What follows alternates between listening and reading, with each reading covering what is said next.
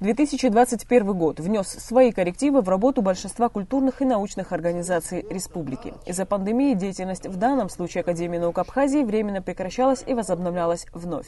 Ученые, как отмечает президент Ана Зураб Джепоа, работали по удаленному доступу. При этом большинство запланированных в 2021 году проектов Академия наук Абхазии реализовала. Тематический план, все проекты институтов в системе Академии наук собственно выполняется. Я надеюсь, что и будет собственно выполнен план тематический.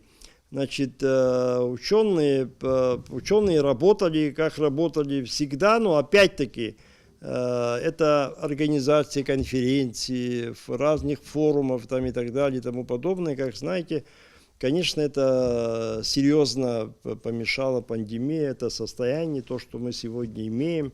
Итоги работы 2021 года подводить рано, говорит Зураб Джепоа, но уже можно отметить ряд важных событий. Среди них президент Ана обозначил открытие лаборатории биоиндикации и микологии, деятельность которой направлена на спасение каштановых лесов Абхазии. В некоторых институтах, скажем, при институте экологии Академии наук, вот недавно открыли лабораторию для очень актуальных тем разработок.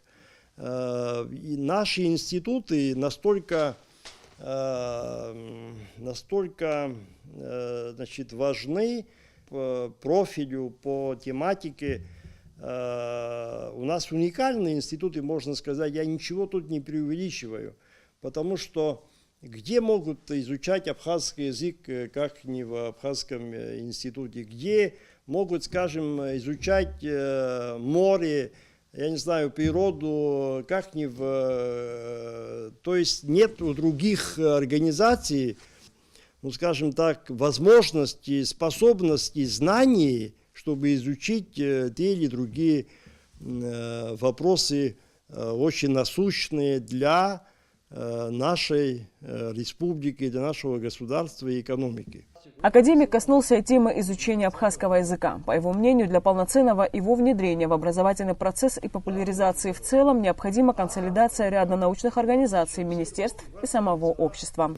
Академия хала, университета хала, абсу института хала, аус ечуп, хампада хачупаха ус яудзом и брака их азроб и бзио и бзиавет зараз мо координация тусура казроб хампада сара лика самцета дика имцет ха